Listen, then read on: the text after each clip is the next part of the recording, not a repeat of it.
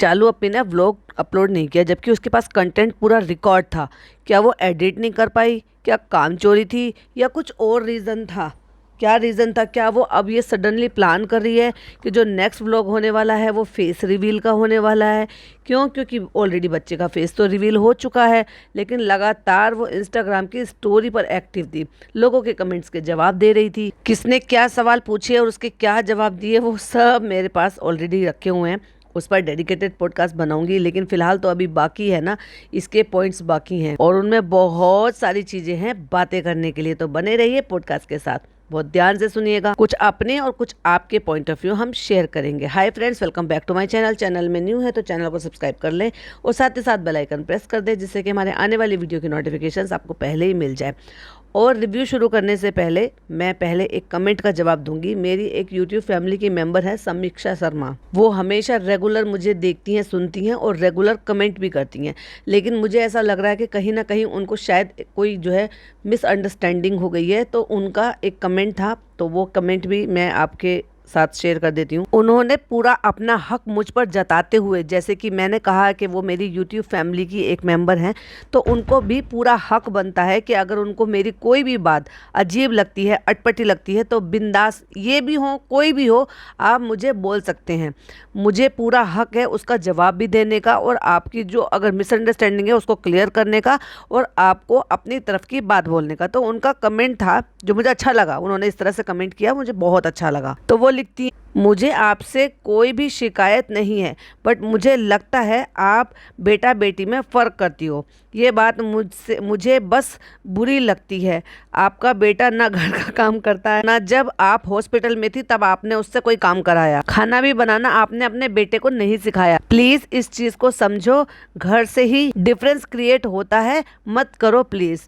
तो मैं इनको वैसे तो वहाँ पर जवाब दे चुकी हूँ, लेकिन मुझे अच्छा लगा उन्होंने इस तरह से, उनके मन में अगर 1% भी कोई भी डाउट आया है, अगर उन्होंने कुछ पुराने व्लॉग्स या मेरी कोई भी बातें अगर पुरानी नहीं सुनी है, तो मेरा फ़र्ज़ बनता है उसको क्लियर करने का। और जैसे कि आप लोग सब मुझे सुनते ही हैं, मैं अक्सर अपने बारे में और परी के बारे में ज़्यादा जिक्र करती हूँ। वो इसलिए करती हूँ क्योंकि परी 24 आवर मेरे पास ही रहती है। और ये तो एक बहुत अच्छी चीज़ है कि मैंने अपने बेटे वाले काम भी अपनी बेटी को सिखाए हैं। बेटा तो वो सारे काम करता ही है जो बेटी करती है, बाहर के काम भी करता है, लेकिन बेटी को भी मैंने बेटे की तरह से ही पाला है। मेरे बेटे को मैंने गाड़ी सिखाई, मैंने अपनी बेटी को भी गाड़ी सिखाई। अगर आप मेरे व्लॉग्स देखेंगे, शॉर्ट्स वीडियोस देखेंगे, पुराने व्लॉग्स देखेंगे या मेरी अगर बातें सुनेंगे, तो आपको पता चलेगा ना मैंने कभी बेटा बेटी में फ़र्क किया है। मेरा बेटा खाना भी बनाता है, झाड़ू पोछा भी लगाता है, बर्तन भी धोता है, कपड़े भी धोता है मशीन लगा के, और बल्कि पर्टिकुलरली अपने कपड़े तो वो खुद ही धोता है मशीन लगाकर। हमें मना कर देता है कि मेरे कपड़े आप मत धोना। ज़रूरत पड़ने पर वो खाना भी बना लेता, आटा गूंदना उसको आता है, दाल सब्जी बनाना उसको आता है, मैगी पास्ता तो वो बना ही लेता है। और पर्टिकुलरली चाय तो मैं उसी से ही बनवाती हूँ कि मुझे उसके हाथ की चाय पसंद है। वो अलग चीज़ है कि कुछ चीज़ें व्लॉग में दिख जाती है, कुछ चीज़ें नहीं। और पॉडकास्ट में मैं ज़्यादातर परी से वो रिलेटेड बातें करती हूँ जो मुझे इनसे लिंक होती हैं, या इनसे कंपेरिजन में या किसी भी तरह से मुझे जब वो बातें सामने आती है कि हाँ मेरे साथ ऐसे हुआ था तो मेरी बेटी ने ऐसे किया था, या मेरी बेटी पिज़्ज़ा से भी कम एज की है और वो ये काम करती है जो कि पिज़्ज़ा को इस लायक उन्होंने नहीं बनाया है। सो बस इसलिए मेरे मुंह पे ज़्यादातर परी का नाम आता है, बेटी का नाम आता है। और अगर आपने सुने होंगे या मुझे आप शुरू से सुन रहे होंगे, तो अक्सर आपने ये सुना होगा कि मैंने बड़ी दुआओं से अपनी बेटी को मांगा है। तो भाई मैं कैसे फ़र्क कर लूँगी बेटा और बेटी में? मेरे लिए कोई फ़र्क नहीं है, मेरे लिए बेटा भी उतना ही है और मेरे लिए बेटी भी उतनी ही है। हाँ, लेकिन इसका ज़रूर था हॉस्पिटल में, क्योंकि हॉस्पिटल में परी के एग्ज़ाम जो थे वो बाद में थे और अर्श के एग्ज़ाम चल रहे थे। सो दैट्स वाई, वो उसके बीटेक के एग्ज़ाम है, सो वो पढ़ रहा था, उसके एग्ज़ाम चल रहे थे, तो इसलिए मैंने उसको डिस्टर्ब नहीं किया। और बेटी के एग्ज़ाम जब थे जब मेरी सर्जरी की डेट डिले हो गई थी, उससे पहले वो साथ में थी, और दूसरी सारी मेडिकल हिस्ट्री, सारे पेपर्स, सारी रिपोर्ट्स उसको ज़बानी याद रहती है। इवन मेरी दवाइयों के नाम भी उसको ज़बानी याद रहते हैं। सो बस इस वजह से उसको जो है ज़्यादा वहाँ पर रहना था। जब उसके एग्ज़ाम थे तो उसको भी मैंने घर भेजा और उसकी जगह पर मेरी देवरानी मेरे पास 3-4 दिन रुकी और 2 दिन मेरे हस्बैंड मेरे पास रुके। सो ऐसा नहीं है, ना मैंने बेटे की पढ़ाई डिस्टर्ब की, ना मैंने बेटी की पढ़ाई डिस्टर्ब की। आई होप आप समझ गए होंगे कि मेरे लिए ना बेटा ज़्यादा है ना बेटी ज़्यादा है, ना बेटा कम है ना बेटी कम है। तो चलते हैं चालू के कंटेंट की तरफ। और वहाँ पे जब सबको बुलाकर, सबने चालू को बुलाकर कॉल करके ये कहा कि जल्दी आ जाओ, जल्दी आ जाओ। और चालू अपना पूरा बार दाना उठाकर वहाँ पर पहुँच गई है और बेचारी इतनी जल्दबाजी में पहुँची इतनी जल्दबाजी में पहुँची, कहीं ऐसा ना हो कि सब केक काट लें। भाई हमें गुस्सा करे कि भाई रूहान जो है वो मूड स्विंग होते हैं, बच्चा है थोड़ा सा, कभी कभी जो है अच्छे मूड में होता है, कभी कभी अच्छे मूड में नहीं होता है, और वो फिर वो बिगड़ जाए और वो केक कटिंग ना करे तो भाई फिर 50 बातें सुना देंगे। तो बेचारी भागी भागी जल्दी जल्दी से आ गई और जल्दी जल्दी में अपने बच्चे का ब्लैंकेट भी वहीं पर ही छोड़ आई। जिसकी फिक्र चालू को कम और पिज्जा को ज्यादा होते हैं। हाँ हाँ कोई बात नहीं, यहाँ से आप इसका कंबल नहीं लाई, और कोई बात नहीं हम यहाँ से भाभी का ले लेंगे। मुझे उसके नाम से ना भाभी वर्ड सुने हुए भी न जाने कितना वक्त हो गया, क्योंकि उस लड़की को कोई मतलब ही नहीं है। एक्चुअली बस चालू अपी चालू अपी चालू अपी चालू अपी लगा रहता है, ना भाई ना भाभी, उसको उनसे कोई मतलब नहीं है। जबकि आज अगर उसका यहाँ पर वजूद है ना तो उसी भाभी की वजह से है, वरना पड़ी रहती वहीं पर ही। जैसे आज मेहर का हाल है ना, वैसे ही हाल इसका होता। और इसको यहाँ पर बुलाकर, और जो अम्मी आई है देर से, कहती हमें तो इतनी जल्दी बुला लिया था और आप निकल कर इतनी देर में आई हैं, आप इतना लेट आई हो। अरे अब हो गया क्या बताएं। और फिर वो बता रही है पता नहीं कौन सी लैंग्वेज में बोलकर कि हमारे नाक के पास जो ये दाना हो रहा है इसमें हमें बहुत तकलीफ हो रही है। ओह माय गॉड, ये कैसी माँ है भाई, इतने से दाने से परेशान हो गई। और कितनी सारी माएँ ऐसी होती हैं, खाना बनाते हुए उनके हाथ जल जाते हैं, कमर में दर्द होती है, तकलीफ होती है, फीवर में भी वो अपने बच्चों के लिए खाना बनाती रहती है, घर के सारे मेंबर्स के लिए काम करती रहती है, रत्ती भर फर्क नहीं पड़ता। और इतने से दाने से ये परेशान हो गई। ओहो मैं भूल जाती हूँ, ये तो प्रिंसेस की भी अम्मी है। कहती है अम्मी आपने इसको कुछ करने की कोशिश की थी, नहीं भर जाता है फिर आ जाता है इसमें। क्या कहने की कोशिश कर रही है भाई। और पापा आ गए हैं वॉक करके, और देखो भाई ये 12 बजे केक काटने के लिए आए हैं और पापा वॉक करके आए। 12 नहीं एक्चुअली शायद 8 बजे थे, क्योंकि रूहान के बर्थडे के लिए तो ये टाइम से पहुंच गए थे वहां पर नीचे, तो ब्रिंगिंग के टाइम पर 12 बज रहे थे। पापा के बेड पे कब्जा हो गया। और पापा फादर्स डे पे हम आ नहीं पाए थे क्योंकि हमारे इतने लंबे चौड़े बिजनेस चल रहे थे ना, तो मीटिंग में टेंडर भरने में हम इतना बिजी थे कि हम जो है ना लिफ्ट से 7th फ्लोर से 2nd फ्लोर पर नहीं आ पाए आपको लिफाफा देने के लिए। और ना ही हमने आपको बुलाया फ़ोन करके। जब आपसे अपने बेटे को लिफाफा दिलवाना था ना, तो हमने कहा था कि उसको हमारे बेटे को मुंह दिखाई देनी है, हमें रिकॉर्ड करना है, कंटेंट बनाना है, पापा फटाफट से कपड़े बदल कर ऊपर आ जाओ। लेकिन जब हमको लिफाफा देना है तो वो लिफाफा देना तो हमें याद ही नहीं था। हमें तो लोगों ने जब क्रिटिसाइज किया और भर भर के कमेंट किया, अपने पापा का फादर्स डे तो नहीं मनाया, अपने बच्चे का फादर्स डे मनाया, तब हमें याद आया अरे हमें तो पापा को पैसे भी देने हैं, और वो भी दिखा दिखा के, और देंगे 10-5 हज़ार रुपए और कमाएंगे 10-5 लाख रुपए इसी व्लॉग से, और वो भी अपने पापा को मजबूर हालत में दिखाते हुए, क्योंकि हमारे पापा बीमार हैं, कमा नहीं सकते हैं, तो हम देखो पैसे भी दिखा दिखा कर देते हैं अपने पापा को, जबकि हमारा फर्ज है, हमारे भाई का और हमारा दोनों का फर्ज है। लेकिन किसी ने ये नहीं कहा कि दिखा दिखा कर देने हैं, यानी कि उनकी मजबूरी को दिखाओ और मोनेटाइज करो। क्या इन्होंने जब आपके लिए कुछ किया था और आपके बेटे के लिए कुछ किया था, तो क्या इन्होंने दिखा दिखा के सारी दुनिया को गा गा के न्यूज़पेपर में छपवा के किया था? माना कि उस टाइम पे फ़ोन नहीं थे, ब्लॉगर नहीं थे, यूट्यूब नहीं था, तो क्या उन्होंने जो है न्यूज़पेपर तो थे, न्यूज़पेपर में छपवाया था कि मैं अपने बेटे को पढ़ाने लिखाने के लिए 5,000 रुपये देकर, जबकि 5,000 रुपये में घर चलता था इनका, और मैं वो देकर उनको भेज रहा हूँ वहाँ पे, और हफ्ते भर ने उसने वो हफ्ते भर में ही उसने वो टैक्सी में उड़ा दिए लाड साहब ने। तो क्या उन्होंने बोला था, क्या उन्होंने बोला था कि तुम्हें घुमाने फिराने के लिए मैं हर तरह से मेहनत करता था और इतना सब कुछ कराया तुम्हें, और तुमने 1 मिनट में कह दिया हमें तो बॉर्नविटा मिला ही नहीं? ये बताने की कोशिश करती रहती है। बस जो भी हो ससरत निकली है ना, वो सिर्फ भाई की निकली। हम तो ऐसे ही पल गए लाला भाऊ में। मुझे ऐसा लग रहा है ना, तू तो इनके घर में भी लाला भाऊ में ही आ गई है। उनको जरूरत तो सिर्फ भाई की थी। अब पापा के कमरे से उठा के यहाँ पर ले आइए बेबी को।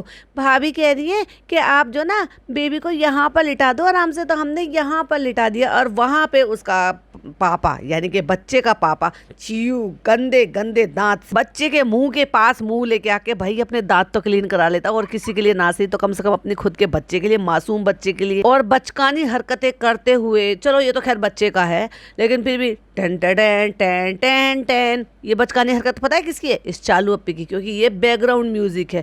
शर्म नहीं आती है इसको? 36 साल की औरत को किसी का भी बर्थडे हो उठा के ये म्यूजिक लगा देती है। और फनी का भाई ऐसे खड़ा हुआ है भाई जैसे बिन बुलाए मेहमान हो, और एक्चुअली में है भी। और एक तरफ तो नानी खड़ी हो ही गई है, दूसरी तरफ की जगह खाली है। तो बहुरानी, फरिश्ता बहुरानी कह रही है अम्मी आप इस साइड आ जाओ, लेकिन अम्मी नहीं सुन रही भाई, ना ना ना हम तो इसी साइड खड़े रहेंगे, हम नहीं आएंगे वहां पे। अब जब तूने सारा ओहदा अपनी माँ को दे दिया है और तुम्हारी माँ ही केक कटवा रही है, तो हम वहां जाके क्या करेंगे? जिस हाथ में चाकू है जिससे केक काटना है वो तो तेरी माँ ने पकड़ रखा है। अंदर की आवाज है ये अम्मी की, चिढ़ती जो है कि मैडम ने अब अपनी माँ को तवज्जो देनी शुरू कर दी है। केक कटिंग हो गई, लेकिन मजाल अम्मी जी जो दूसरी तरफ पहुंची हो बच्चे के पास ना नको। और जब अम्मी जी नहीं पहुंची तो मम्मी जी पहुंच गई वहां पर तालियां बजाने के लिए। और जब केक कट गया है तो जो नाइफ है उस पे जब केक लग गया है तो बच्चा उससे भी डर रहा है, मतलब उसको ये सारी चीजें बड़ी ऑकवर्ड लगती हैं। और फिर भी बच्चे का तमाशा भाई, जब कोई चीज से बच्चा डर रहा है, घबराता है, परेशानी होती है, जरूरी है वही सारी चीजें करना? जबरदस्ती मैडम कह रही है अरे कैंडल ब्लो करो, अरे कैंडल ब्लो करो। बच्चा डर रहा है, पीछे हट रहा है, मना कर रहा है, नो कर रहा है, पर नहीं, मैडम को पूरे तमाशे करवाने हैं भाई। छोटा है अभी वो, नहीं उसको पसंद, नहीं वो कंफर्टेबल है, जरूरी है सब कुछ करवाना? तो फ्रेंड्स रोहान भी काफी देर से गिफ्ट अनबॉक्स कर रहा है, और इससे पहले कि वो थक जाए, सो जाए, चलो हम भी अपना गिफ्ट दे देते हैं। तो जो कबाड़ खाना का एक रूम बना रखा है ना भाभी ने, जिसमें कबाड़ खाना भरा रहता है, वहां से उठा के ले आई है। फिर अपनी खुद ने भी रेड का कलर पहन रखा है, और वो जो बाइक है वो भी रेड कलर की ले आई है, और लिफाफा देने के लिए चल दी है बच्चे के पास, एक्चुअली उसको डराने के लिए। और फ्रेंड्स हमें फिर खड़े होके यहाँ पे भाषणबाजी करनी है।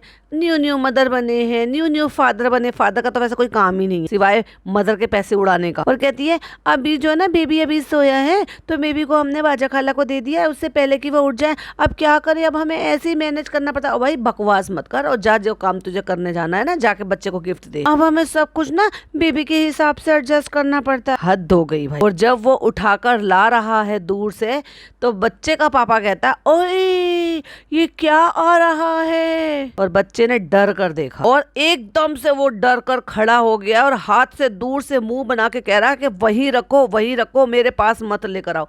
लिटरली वो डर रहा था। और इस चालू औरत को बहुत अच्छी तरीके से पता था कि वो रेड कलर से डरता है, तो उसको रेड कलर ही चूज करने को मिला था। नहीं था रेड कलर, तो मैं अगर इसकी जगह होती और ऐसी सिचुएशन होती, बिल्कुल नहीं खरीदती, फिर कुछ और चीज ले लेती। और ऐसा पॉसिबल ही नहीं है। इस बाइक में एक ग्रीन कलर भी आता है, एक ब्लू कलर भी आता है, और प्योर ब्लैक कलर भी आता है। जरूरी था इसको रेड कलर ही लेना, और खुद भी रेड चटक पहन कर आई है। और लग गए भैया सारे के सारे बच्चे को बहलाने में। नहीं, अभी जब केक कटवा रही थी मैडम, तो मैडम के चौचले हो रहे थे कि बिना मास्क के वो केक कटवाई थी, और अब चौचला करके फिर मास्क लगा के बैठ गई है। ज्यादा ही हद नहीं हो रही है भाई? अपने हिसाब से एडजस्ट कर लेते हैं ये, जब चाहे जब प्रिकॉशन ले लो, जब चाहे जब प्रिकॉशन छोड़ दो। अरे भाई जर्म्स जो होंगे वो इंतजार करेंगे कि तुमने 1 सेकंड के लिए उतारा है, और 1 सेकंड में वो तुम्हें ना लगे। और वो डर के पीछे खड़ा हो गया भाई, अपने बाप से चिपक के पीछे की तरफ वो खड़ा।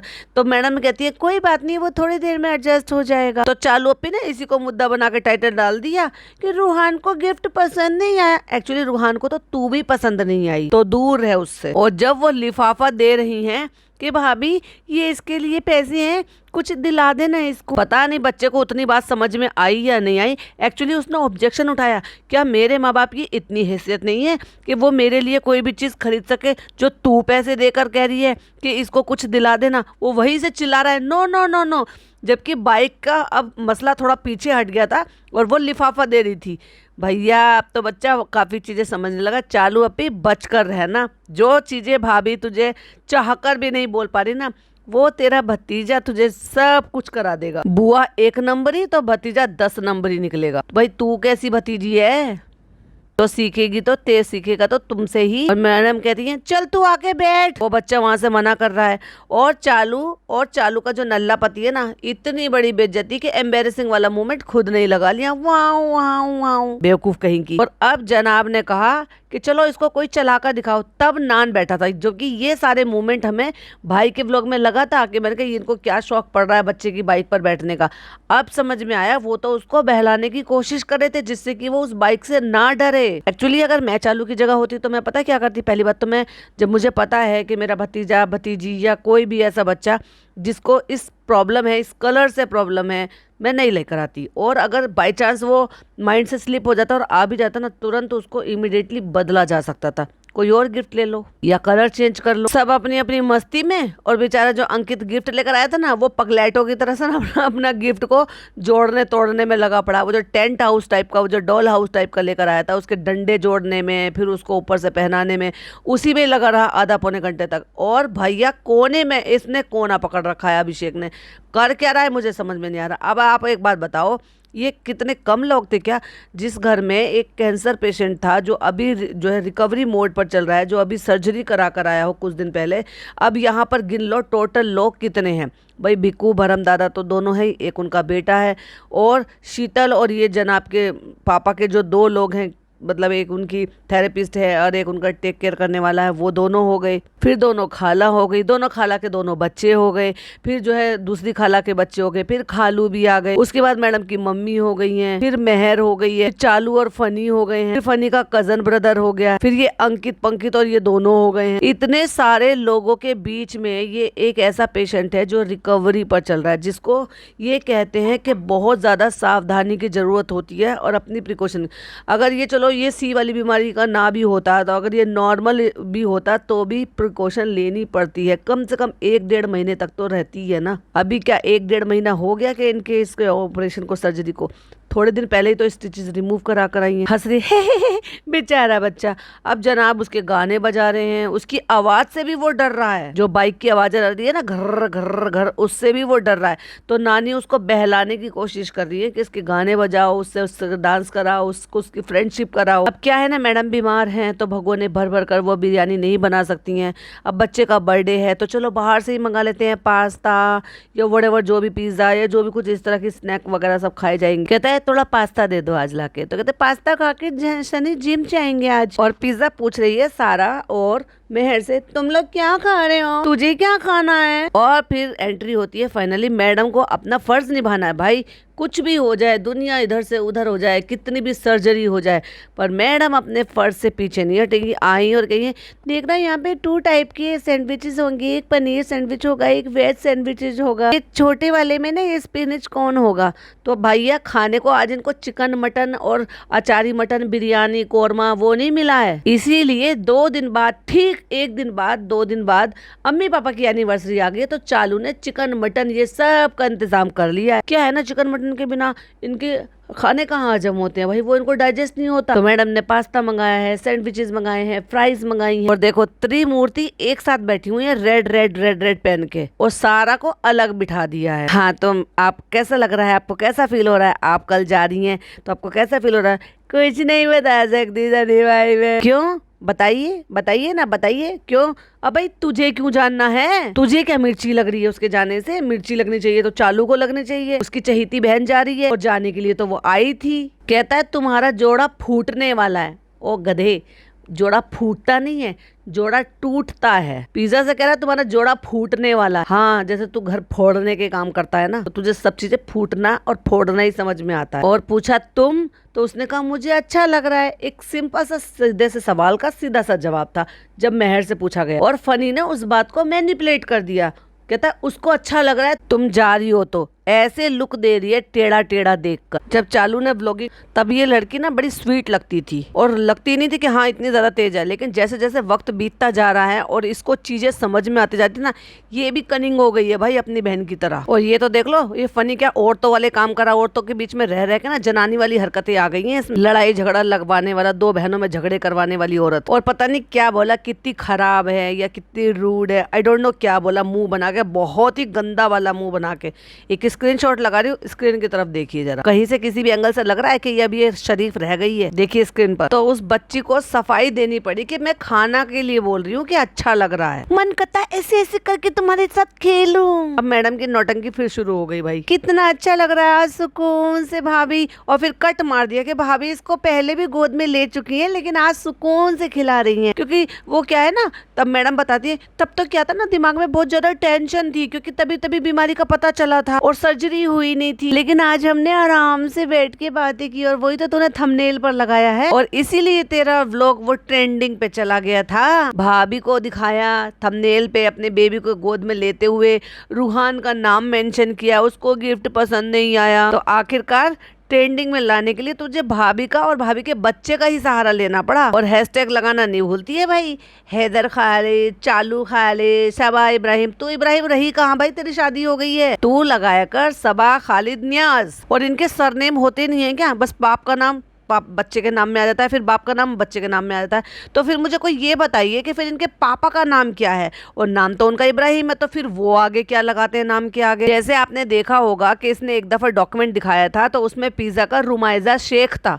अब शेख किसी का नाम तो होता नहीं है, वो होती है कि जो सरनेम लगाया जाता है, और उसके पापा का नाम तो कुछ और है। और आपको वैसे पता है कल जो डॉक्यूमेंट दिखाया था व्लॉग में, तो जनाब के व्लॉग में, तो उसमें रिहानुद्दीन शेख नाम है उसका पूरा। रिहान नाम नहीं है, रिहानुद्दीन शेख। कितने प्यार से भाभी आपने इसका शुरू से ख्याल रखा। भाभी मुझे तो पता ही नहीं था कैसे ख्याल रखते हैं भाभी। जब से आया ये भाभी मुझे तो कुछ समझ में ही नहीं आ रहा था भाभी कि ये हैंडल कैसे होगा भाभी। जब आप उधर थे ना भाभी, आईसीयू में थे ना भाभी, नहीं आईसीयू से पहले भाभी, हमने आपको रात को मैसेज किया, आपने उसको 2 दिन तक नहीं देखा। अब फिर मैंने सोचा अब तो आप सो गए होंगे, फिर आपने 2 दिन तक मैसेज नहीं देखा क्योंकि वो इंटरेस्टेड नहीं थी, क्योंकि तू खुशियां मना रही थी, तू व्लॉग्स अपलोड कर रही थी, तू मुस्कुरा रही थी। वो भी जब तुम्हारे भाई भाभी के सर पर एक इतनी बड़े दुख की तलवार लटक रही थी, तो कैसे तेरे मैसेजेस का जवाब दे देती। आपने देखे नहीं तो ऐसा लग रहा था कब देखेंगी, कब मुझे गाइड करेंगी, कब मुझे बताएंगी। और तब तक मैं उसी पोजीशन में बैठी रही 2 दिन तक, मुझे कुछ समझ में नहीं आया। घर में मेरी माँ थी जिसके 2 बच्चे जिसने पाले, हाँ वो अलग बात है कि वो खालाओं ने हेल्प करी है। घर में हमारी एक खाला थी जिसके 2 बच्चे हैं, वो अलग बात है कि पैदा उसने करे, पाले हमने हैं।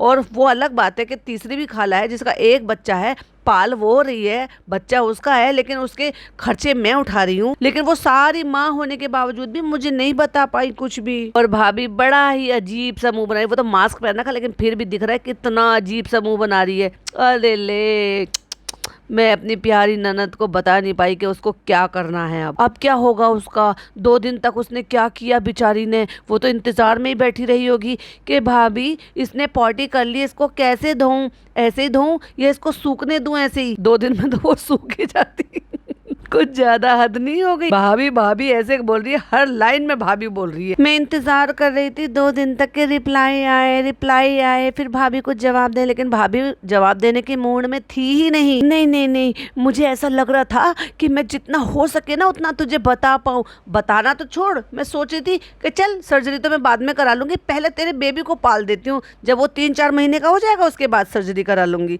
हद हो गई भाई। और मैं ठीक होती ना तो 3-4 महीने नहीं, मैं 2-3 साल का इसको बिल्कुल पाल पूल कर अच्छे से तब तेरे को देती कि ले तू अब संभाल ले। ननद भाभी झूठी कहीं की, सिर्फ झूठ बेचते हैं ये लोग अपनी ऑडियंस को। नहीं भाभी नहीं, ऐसे मत कहो भाभी, आपने सब कुछ बताया, इसी वजह से तो मैं इतने अच्छे से पाल पा रही हूँ अपने बेबी को। पाल के तो तूने ना उसको 50 साल का कर दिया। नहीं भाभी, आपने सब मुझे बताया ना, तो इसलिए मुझे काफी सारा ईजी रहा। अच्छा हुआ आपने मुझे सब पहले ही बता दिया था, वरना घर आने पर ना सब पैनिक कर और पोस्टपार्टम पीरियड में चले जाते हैं ना, तो मैं भी ऐसे ही चली जाती। लेकिन मुझे तो कुछ हुआ ही नहीं, मैं तो मोटी चमड़ी की हूँ, ढीठ जो हूँ। और फिर भाभी आपने मुझे सब कुछ बता दिया था ना, इसलिए मुझे ऐसी कोई चीज नहीं हुई जो आपको हुई, क्योंकि आपको तो किसी ने सपोर्ट ही नहीं किया था, आपको तो किसी ने देखभाल की ही नहीं थी, अकेले जो पड़ गए थे। रात भर जागना, न ही आपके पति ने यानी कि मेरे भाई ने आपको सपोर्ट किया, बस आपकी माँ और आप। और माँ को भी आप सोने के लिए नीचे भेज देती थी तो रात भर जागती थी। और मैंने तो पूरे मंडली को अपने पास ही सुलाया, बिल्कुल नहीं हिलाया।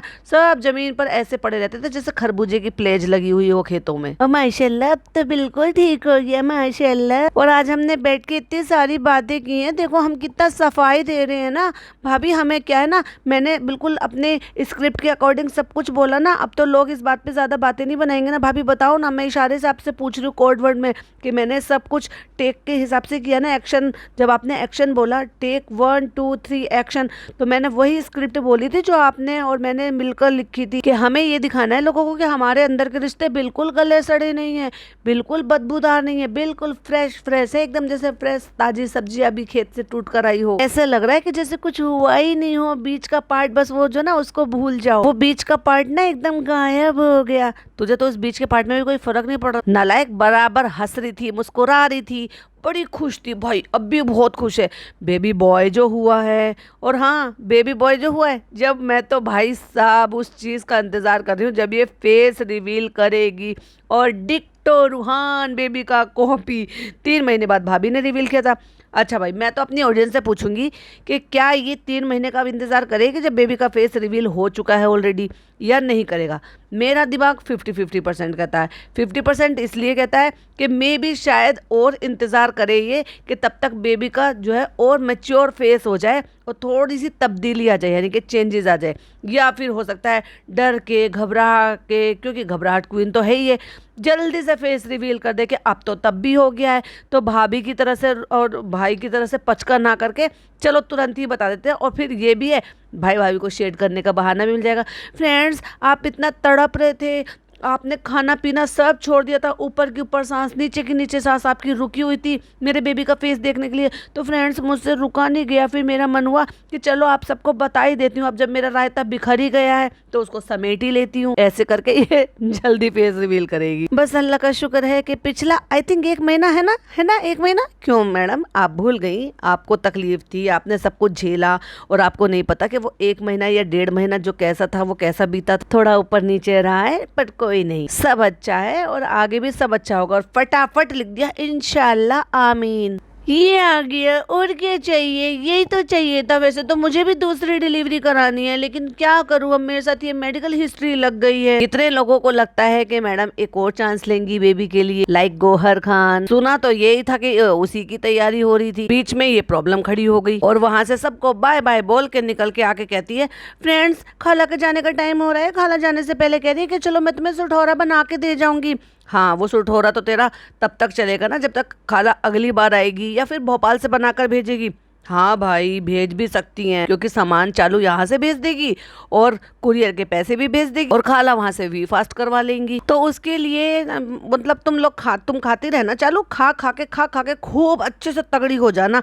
पहले मोटी चमड़ी है और मोटी चमड़ी कर लेना। तो इसलिए दोनों खाला लोग लग गई मेरे लिए, जाते जाते भी खाला से सारे काम करवा रही है। निचोड़ ले भाई पूरी तरह से, खाला में कोई ताकत रह ना जाए जो अपने घर जाके बेचारी कोई काम कर ले। कहती है, फ्रेंड्स उस दिन ना हम आपको जल्दी जल्दी में दिखा नहीं पाए थे। अकरम और उसकी वाइफ ना वो इतना सारा सामान लेकर आई थी, उसमें खिलौने हैं, जूते हैं बच्चों के, और वो जो बेबी के सेट आते हैं वो सेट हैं, और उसमें थी लंगोट।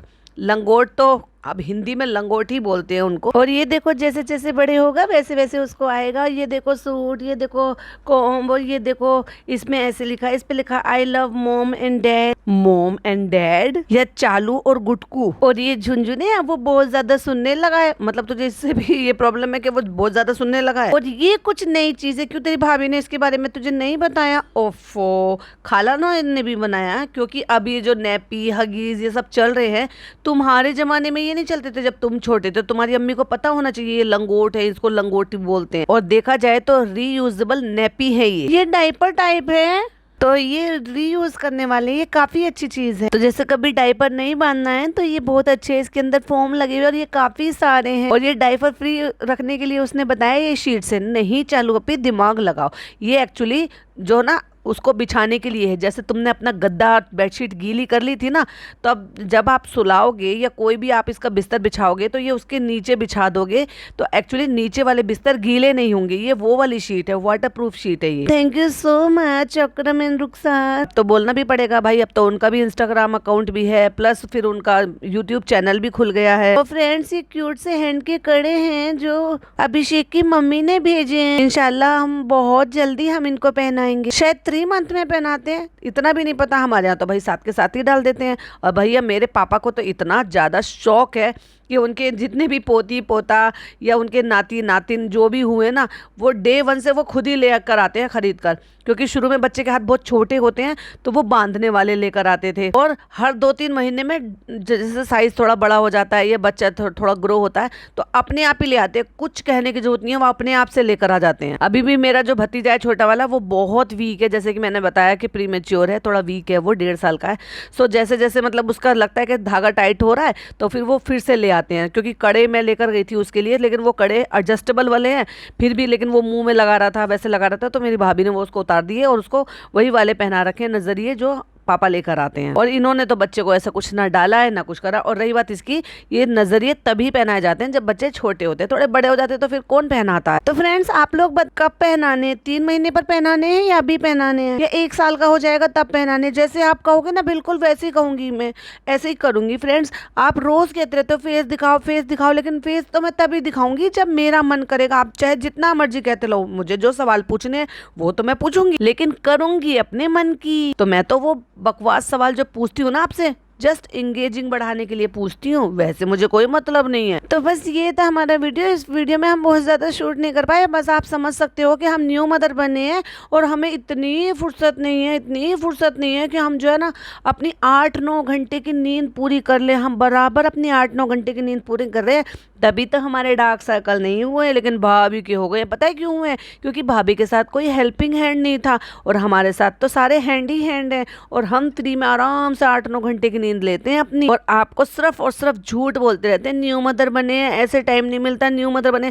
भाई तू करती रहती है, तुझे फीड कराना होता है, चलो एक बार को फिर भी समझ में आता है।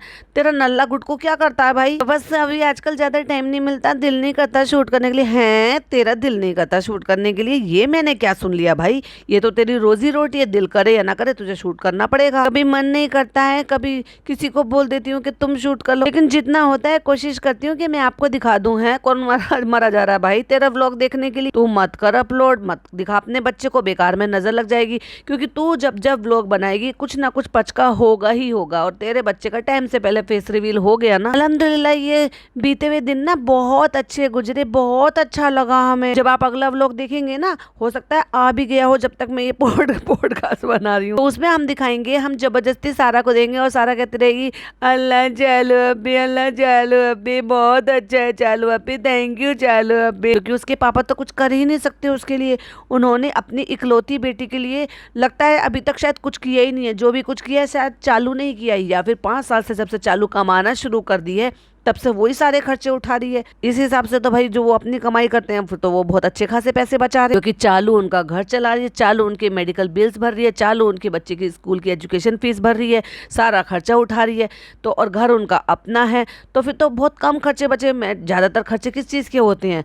खाने पीने, पहनने ओढ़ने, मेडिकल और स्कूल के। बाकी क्या रह गया? अल्लाह के करम से, आप सबकी दुआओं से, इतने टेंशन के बाद ये सब वक्त बीत गया और इतने अच्छे से गुजरा। तेरा अच्छे से गुजरा, तेरे भाई भाभी का नहीं। कहते हैं ना परेशानी के बाद अल्लाह सुकून दे देता है। बस वही टाइम था हमारे लिए कि भाई का बर्थडे था, फिर रूहान का बर्थडे था, फिर अम्मी पापा की एनिवर्सरी भी हमने सेलिब्रेट किया, और इन सब में हमारे खुद के सगे फूफा जी इस दुनिया को छोड़कर चले गए, और हम सेलिब्रेशन कर रहे थे, हम केक काट रहे थे सगे फूफा के मरने पर। फिर रूहान का बर्थडे आया, फिर रूहान के बर्थडे में टेंशन हो गई थी क्योंकि उसको वायरल हो गया था, फिर वो केक नहीं काट रहा था, फिर कंटेंट कैसे बनाते अगर वो परेशान ज्यादा करता तो। सोचिए इत्तेफाक कभी ऐसे हो जाता है। चालू पे इत्तेफाक नहीं कहते, इसको नालायकी पना कहते हैं। तुम लोगों का सारे का, तुम जो गंवार पना तुमने दिखाया ना, सारे के सारे तुम एक ही जगह जमा इकट्ठे हो गए, और वहाँ पे एक जो सी बीमारी की पेशेंट जो रिकवरी पे है, जस्ट उसका इतना बड़ा सर्जरी हुआ है, उसके 2 ऑर्गन्स में प्रॉब्लम है, और वो रिकवरी अपने पीरियड पर चल रही है, और तुमने जो वहाँ पे भसड़ मचाई है, और गंदे तुम लोग रहते हो, हाइजीन तुम्हें मेंटेन करनी आती नहीं है, और पूरी की पूरी जो है ना वहाँ मंडली को उठा के जो तुम लेकर गए हो और वहाँ जो पड़े हो, भैया एक दूसरे को वायरल नहीं होगा तो क्या होगा। लेकिन फ्रेंड्स, जो अब सेलिब्रेशन था, जो सब साथ में था, जो कल हुआ था, उसमें जो है रूहान बहुत खेल रहा था, बहुत अच्छा लग रहा था, भाभी से बहुत सारी बातें हुई, और हमने पुरानी यादें ताज़ा की, और आपको ये दिखाने की कोशिश की जबरदस्ती का कि देखो हम में कितना प्यार है। आज भी मैं अपनी भाभी की नाइब ननद हूँ। मैं बिल्कुल भाई भाभी को शेड नहीं करती हूँ, मैं बिल्कुल उनको किसी भी तरह से नीचा नहीं दिखाती हूँ। और हाँ, मैंने उनको जलील करने की कोशिश तो बिल्कुल भी नहीं की कि पैसा उनके हाथ में थमा के लिफाफा पकड़ा के ये कहा कि रूहान के लिए कुछ ज़रूरत का चीज़ खरीद देना, क्योंकि मेरी भाई भाभी के पास तो उतने पैसे है ही नहीं कि वो अपने बच्चे की ज़रूरत की चीज़ खरीद सकें। क्योंकि आप सबको तो पता है ना कि भाभी की बीमारी में कितना पैसा लगा है, तो उन पे पैसों की कमी हो गई होगी। तो ऐसे ही जैसे पापा मजबूर हैं कि मैंने पापा के हाथ में लिफाफा पकड़ाया, वैसे ही भाई भाभी भी अब थोड़े कमज़ोर हो गए हैं और उनको जो है जल्दी जल्दी इसीलिए तो व्लॉग बना रहे हैं जिससे कि जो बैंक अकाउंट उनका थोड़ा खाली हो गया था उसमें फिर से पैसे आ जाएं। तो हमने सोचा चलो थोड़ी सी मदद कर देते। वैसे तो हम गिफ्ट ले आए थे लेकिन ज़्यादा दिल से नहीं लाए थे, क्योंकि अगर हम दिल से लाते, जैसे कि फनी ने आपसे कहा था कि उसके लिए तो ये दिल से शॉपिंग करती है, तो हमने कपड़े नहीं दिए थे, और दिए थे तो हमने दिखाए नहीं। ब्रांडेड कपड़े नहीं लाई थी अपने भतीजे के लिए, बस एक जो है बाइक उठा लाई, वो भी रेड कलर के, जिससे वो डर रहा था। तो सब कुछ अल्हम्दुलिल्लाह बहुत अच्छा हो गया और उसमें आप सबकी भी दुआएं हैं। अब हम जो ना अब बड़े ज्ञानी बाबा बन गए और हम इतने बुजुर्ग हो गए, एक बच्चा जो है डिलीवर करने के बाद, फिर अब हम सबको दुआ देंगे बाबा जी बन के। तो बाबा जी का आशीर्वाद जरूर लेना, और जब मैं हाथ उठा के आशीर्वाद दूंगी तो जितनी भी लोगों की गोद सुनी है सब की भर जाएगी मेरे आशीर्वाद से। अब इसने एक बात पकड़ ली है, जो औरतें माँ नहीं बन पा रही हैं उनके लिए ये बहुत बहुत बड़े दुख की बात होती है, और मैं समझ सकती हूँ उस चीज़ के लिए एज अ मदर जिनको नहीं है। क्योंकि मेरी खुद की सगी देवरानी है जिसकी शादी को 11 साल हो चुके हैं और उसको कोई बेबी नहीं है, बहुत ट्रीटमेंट कराया, उसको कोई बेबी नहीं है और अब हो भी नहीं सकता, क्योंकि मेरे जो ब्रदर इन लो हैं वो लास्ट ईयर इस दुनिया से चले गए हैं। सो मैं ये दुख जो है बहुत करीब से अपने में देखा है, तो समझ पाती हूँ कि भाई जो नहीं होते तो उनका जीवन जो है वो कैसे होता है। लेकिन इसका मतलब ये नहीं कि तुम लोगों को गुमराह करो, उन्हें सही ट्रीटमेंट के लिए राय मशवरा दो, ना कि उनको ये सीड साइकिलिंग फलाना ढिमाका।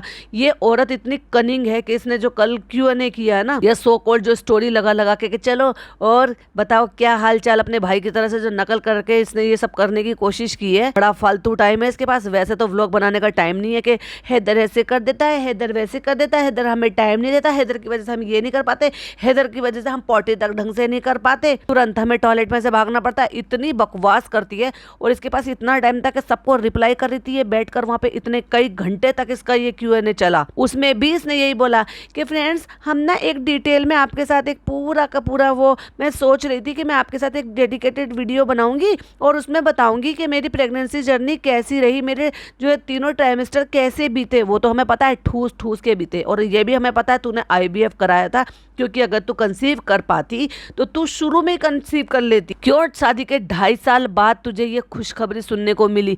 क्यों तू बार बार डॉक्टर बदल ली थी? हमें नहीं पता पिता के साथ तू कहाँ गई थी, इतनी टेंशन से तुझे कोई भी मुदाहा में पूछता था कि भाई गुड न्यूज़ कब दे रहे हो, तो तेरे सीने पे सांप लौटते थे। कोई बाबा तूने नहीं छोड़े, कहीं मन्नत तूने नहीं छोड़ी, अपनी अम्मी से रोज़े रखवाना तूने नहीं छोड़ा। वो सब सारी दुनिया करती है, लेकिन जो महंगा ट्रीटमेंट तूने लिया है वो कोई मिडिल क्लास अफोर्ड नहीं कर सकता। हाँ, लेकिन वो दुआ, वो तस्बीह पढ़ना, नमाज कुरान करना, अल्लाह से दुआ मांगना, तहज्जुद पढ़ना, वो सब कर सकते हैं, क्योंकि अल्लाह चाहे तो किसी को भी कुछ भी कभी भी दे सकता है। और अल्लाह चाहे तो 40 से 42-45 साल की एज में भी औरत कंसीव कर सकती है, क्योंकि जो होता है वो उसकी मर्जी से होता है, लेकिन मिलता जब है जब अल्लाह ताला ने वो टाइम मुकर्रर किया हुआ है। लेकिन जिस हिसाब से तू ज्ञान बांटती फिरती है और औरतों को मैनिपुलेट कर रही है और उनको गुमराह कर रही है ना, तो उनको सही राय मशवरा ये दो कि मैंने IVF ट्रीटमेंट कराया है, तुम भी IVF ट्रीटमेंट कराओ या फिर डॉक्टर से ट्रीटमेंट कराओ, जिससे कि सही चीज़ पर, सही जड़ पर काम हो सके। गुमराह मत करो सीड साइकिलिंग के चक्कर में, जिनका और ज़्यादा धीरे धीरे करके वो पीरियड बीतता जा रहा है कि जिस पीरियड में वो कंसीव कर सकती हैं। समझ रहे हो ना, एक औरत की एक एज होती है और उस एज में वो कंसीव कर सकती है, फिर धीरे धीरे करके एज बीतती जाती है तो उसमें और दिक्कत आनी शुरू हो जाएगी फिर एज के अकॉर्डिंग। तो झूठ बोलना बंद करो। तुम सरासर साफ साफ खुलकर क्यों नहीं बोलती कि हमने IVF कराया? वो पेट में जो इंजेक्शन है वो किस लिए लिए जाते हैं? दुनिया को बेवकूफ बना रही हो क्या? अल्लाह का शुक्र है और आप सबका भी बहुत सारा थैंक यू है, और भाई भाभी की नेकियां हैं। तुम लोग कितने नेक हो ना, वो दिखाई दे रहा है। अभी रिसेंट वाले इंसिडेंट से दिखाई दे रहा है कि नेहा के थ्रू ये पता चला है कि तुम्हारे सबसे छोटे वाले फूफा और सगे फूफा एक तो बिल्कुल सगे फूफा, एक होता है चलो दूर के हैं तो चलो कोई दिक्कत नहीं है, लेकिन सगे फूफा तुम्हारे पापा की सगी बहन, और वो भी सबसे छोटी बहन, तो इसका मतलब वो थोड़ी और यंग होगी, यंग एज की होगी। उसके हस्बैंड इस दुनिया से चले गए, प्लस दुनिया से तो चले गए, लेकिन वो तो देखो जी, उस पर तो कोई रोक नहीं लगाया जा सकता क्योंकि वो तो अल्लाह की मर्जी है। लेकिन अगर उसके घर की माली हालत इतनी ज़्यादा ख़राब है कि ऐसे में भी उनको इद्दत ना कर कर घरों में काम करना पड़ रहा है, तो भाई तुमसे ज़्यादा नालायक इस दुनिया में फिर और कोई रिश्तेदार नहीं है। और अल्लाह ताला ऐसे घटिया रिश्तेदार किसी को ना दे जैसे तुम लोग हो। क्या तुम 10-5 हज़ार रुपए से क्या अपनी फूफी की मदद नहीं कर सकते अगर वो गरीब है? और ऐसे में जब उसके सर पर अब उनके शौहर का हाथ भी नहीं रहा है, या यूँ कह लो कि कमाने वाला नहीं रहा है, तो उनको अपना गुजर बसर करने के लिए इद्दत के टाइम में जो पीरियड उनको पर्दे में गुजारना चाहिए, वो अपने बच्चों के लिए घर से बाहर निकल के दूसरों के घरों में काम कर रही है। तो नेकी की बात तो तुम लोग ना करो तो ज्यादा बेहतर है। तुम लोग कितने नेक हो ना, दिखाई देता है, और इंशाल्लाह आगे भी दिखाई देगा। और सबको, हम सबको इतना प्यार देने के लिए थैंक यू, और हैदर को भी प्यार देने के लिए थैंक यू, और हैदर को अपनी खुशियों में शामिल करने के लिए और उसको दुआओं देने के लिए भी थैंक यू। ये तो बकवास कर रही है, करती रहेगी, लेकिन भाई मुझे बड़ा मजा आएगा जब ये फेस रिवील करेगी ना। ओह माय गॉड, मैं तो उस मोमेंट का वेट कर रही हूँ जिस टाइम ये अपने बेबी का फेस रिवील करेगी, डिक्टो रूहान। जैसे रूहान का फेस रिवील हुआ था और रूहान को इतनी ट्रोलिंग का सामना करना पड़ा था जस्ट बिकॉज उसका कलर थोड़ा सा डार्क था। जनाब मैडम जो आज स्टे करते हैं जिस कलर को लेकर, उसके अकॉर्डिंग फ्रैंकली बोलूँगी, या फिर कहेंगे लोग के बच्चों को ट्रोल कर रहे हैं, लोगों को वो उतना ज़्यादा क्यूट नहीं लगा एक्चुअली में जितने छोटे बच्चे क्यूट होते हैं। अब तुम दूर मत जाओ, जब रुबीना दिलेक ने अपनी बच्चियों के फेस रिवील किए थे कितनी क्यूट लग रही थी। कोई भी होगा, हम तुम आप हमारे बच्चे, सबके बच्चे जब छोटे छोटे से थे और हुए थे कितने क्यूट थे, तो उनके अकॉर्डिंग वो थोड़ा सा कम था। मैं ये नहीं कह रही, अच्छा है, आज भी अच्छा, और माशाल्लाह अभी बहुत अच्छा लगता है, बहुत ज़्यादा संभल गया है। लेकिन ये लोगों ने जो जज किया, उनके इंस्टाग्राम पे जो कमेंट की भरमार हो गई है, उसी के अकॉर्डिंग के बेसिस पे मैं बात कर रही हूँ, क्योंकि वो भी रूहान का डिट्टो कॉपी है। क्योंकि तुम लाख छुपा लो किसी चीज़ से, तुम पल्ला नहीं झाड़ सकते अगर अल्लाह ताला को तुम्हारे साथ वही सारी चीज़ें जोड़नी है। क्योंकि जेनेटिक नाम की भी कोई चीज़ होती है चालू, अपनी तुम उससे बच नहीं सकती। तुम्हारी अम्मी के जीन्स बहुत स्ट्रांग है, वही पोते को मिले और वही नाती को भी मिले। चलो, जब ये फेस रिवील तब देखी जाएगी। भाई मैं बड़ी एक्साइटेड हूँ, आपका तो पता नहीं आप एक्साइटेड हो क्या नहीं हो उस मोमेंट के लिए, प्लीज़ कमेंट में ज़रूर बताइए और अपनी राय मेरे साथ ज़रूर शेयर कीजिएगा। अगर इस बीच में इन सारी चीज़ों में मैंने कोई चीज़ मिस कर दी है तो कमेंट में ज़रूर बताइएगा। फिर मिलती हूँ एक और नई वीडियो के साथ। टिल देन बाय बाय, अल्लाह हाफिज़, टेक केयर।